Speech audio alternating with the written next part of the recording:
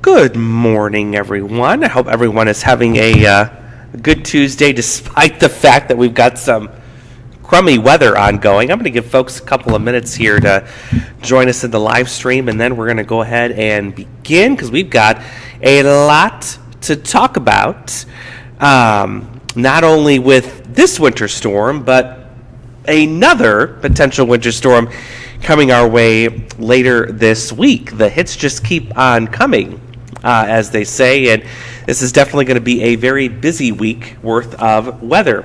So I hope this found you well. Hopefully you were able to navigate wherever you needed to be safely this morning. The theme today has been travel is not going to be impossible. But it is going to be difficult, especially in spots where roads have really not been touched quite yet. I'm sure a lot of the residential streets still have some issues ongoing at this time as crews are kind of navigating their way through neighborhoods trying to get things plowed out.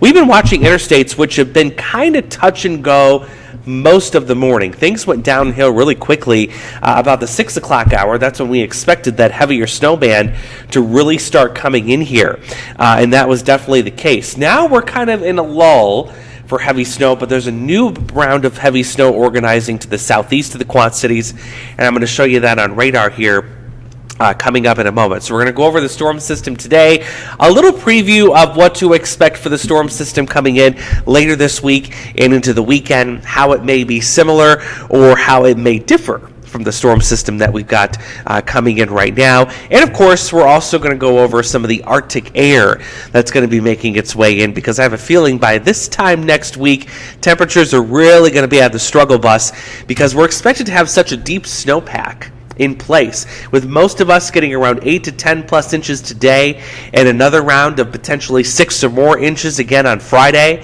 That snowpack is going to be very deep, very dense, and that can spawn some really impressive cold air for this time of year, especially because we're in January, don't forget. So let's go through what's happening right now and how things are looking, and that is messy.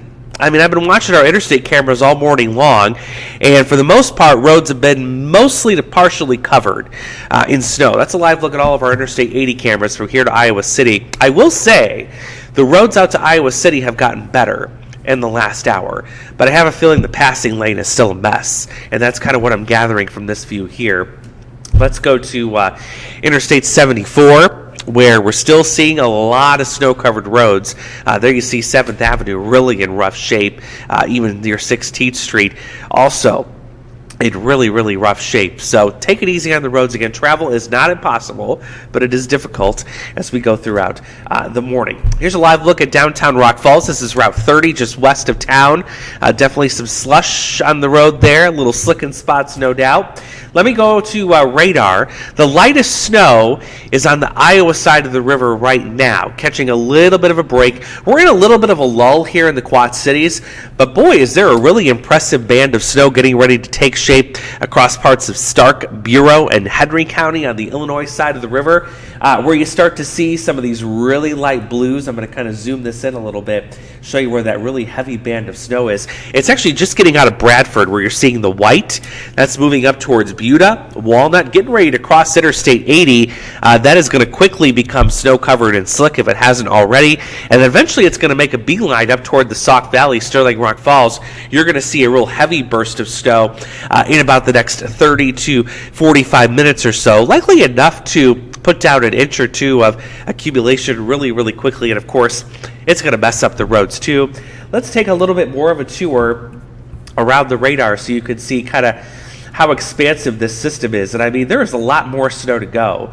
We're talking about steady to heavy snow also making its way into Macomb. La Harpe, Stronghurst, our southernmost hometowns, about ready to get blasted with another hefty round of some snow coming through. I want to put on the regional perspective just so you can see how much more snow we have yet to go with this system. Still sitting and spinning and churning to the south of us.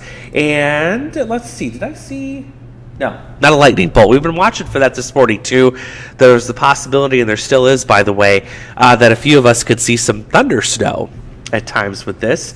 But there you see it, big storm system churning its way slowly to the south and to the east of us, but several more hours worth of snow to go. We still have all of this moisture, all of this energy that's going to wrap back around into the region as we go into the rest of the morning, the rest of the afternoon, and especially the first part of this evening. So let me show you what's going to happen here in terms of what we've got for snowfall totals and snowfall amounts so far.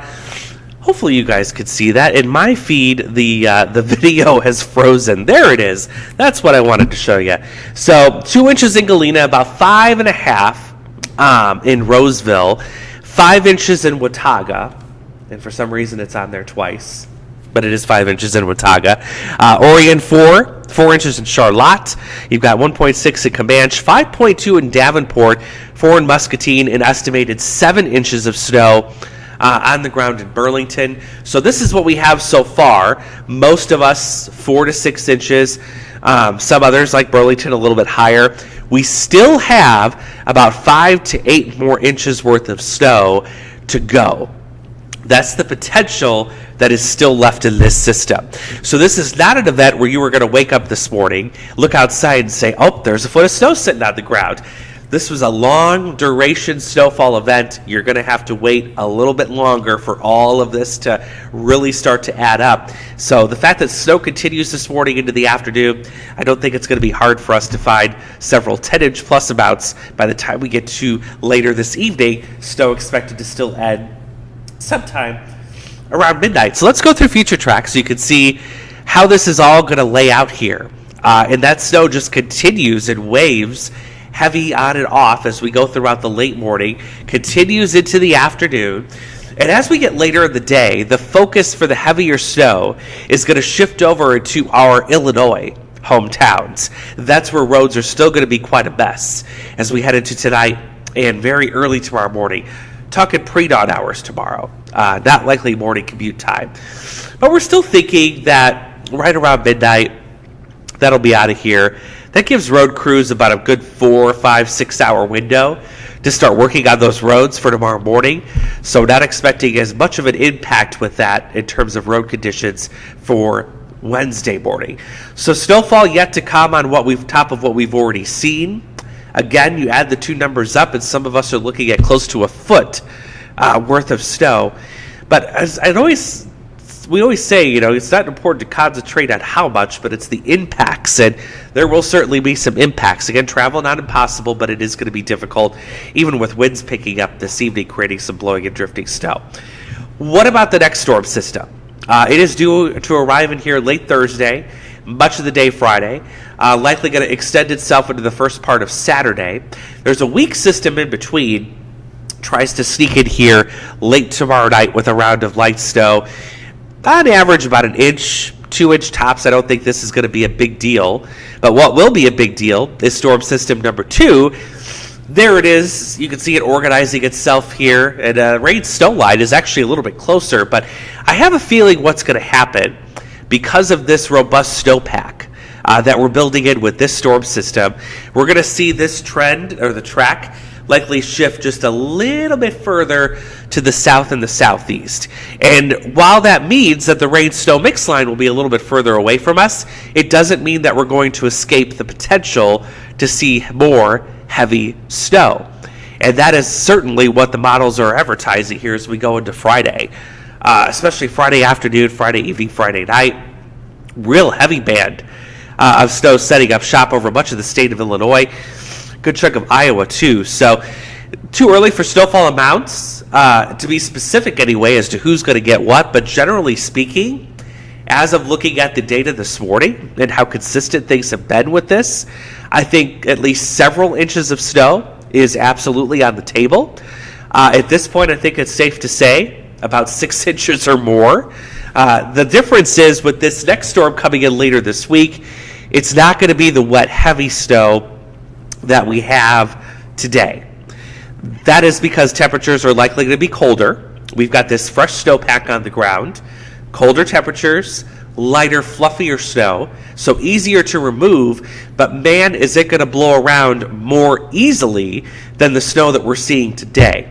So Friday, we'll bring back the return of accumulating snow, possibly more than 6 inches. We'll bring back the strong winds, and I think there's going to be more of a blowing and drifting threat with the Friday system going into early Saturday versus with this system that we're seeing today, because it's that heavier, wet snow that's going to be coming through. So that's a first look at the system later this week. Again, nothing is set in stone, but fairly consistent in agreement that, yes, something pretty strong is going to be moving through here.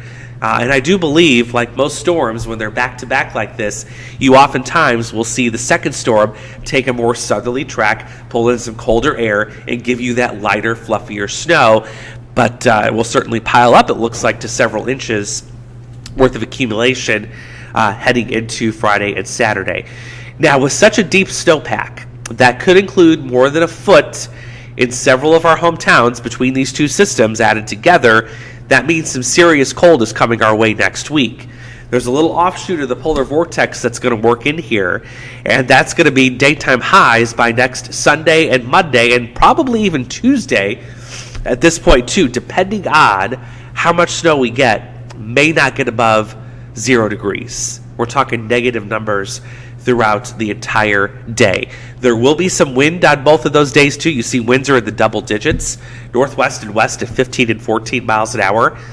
That means wind chills of about 20 to 30 below as we head into next week. So we have a lot of weather to get through the next several days. Very active pattern.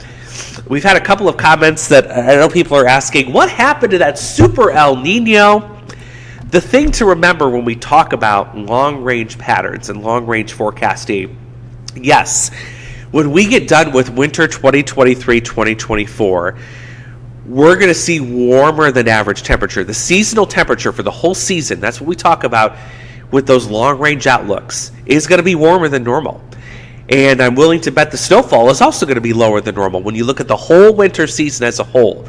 That's not to say that we're not going to experience what we've got going on right now or what's coming up next week with the Arctic air. You're going to have those bouts of it. What it means is, in the long range, you're simply going to have less of them, fewer of them. So we can't discount that at all. This is absolutely a classic El Nino winter that we are experiencing right now. I can't even tell you how easy the month of December was around here. It was warm. It was virtually snowless for the most part. Now here we are. It's a typical January in El Nino as well. The cold air is coming in as it typically does this time of year, but still, temperatures are running above average for the winter season so far, and actually pretty significantly, thanks to our warm December that we've had. So I wanted to throw that explanation out there as well. With that, how many days until spring? Somebody's asking. I know, I'm counting down myself. My goodness, I am so ready. But you know what? It's January. The days are getting longer already. And before you know it, we're going to be into March and April talking about the warmth. But hey, the kids got a snow day today. I know they're happy. I'm happy for them. I know some of them still had to do a remote learning day, but it is what it is. You know, hopefully they get outside and get to sled a little bit. I know the snowplow gals and gents are happy that they get to get out and exercise their business and make some money. That's exciting. Hopefully the ski resorts around here are also excited about this snow. They definitely have some good snowmaking temperatures coming in with this colder weather on the way. But yeah, typical winter coming back in here at play. We expect it, right? We can survive this. So that's the latest update I have for you. We're going to come back, of course, as we do for GMQC at 11 on the air. We hope you join us then. If you have to travel today, again, it's not impossible. Just leave yourself some extra time. You're going to reach your destination just fine as long as you're not in a hurry. Be smart. Put the headlights on.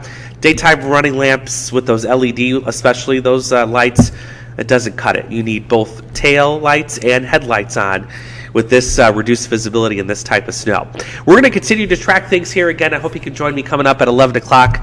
We'll see you then. Please stay safe today and enjoy the snow if you can, if you get a chance. I know I'm going to be taking Cooper out later this afternoon, and he is going to have a blast in this snow, and I hope you guys too. Stay safe. We'll see you in a couple of hours.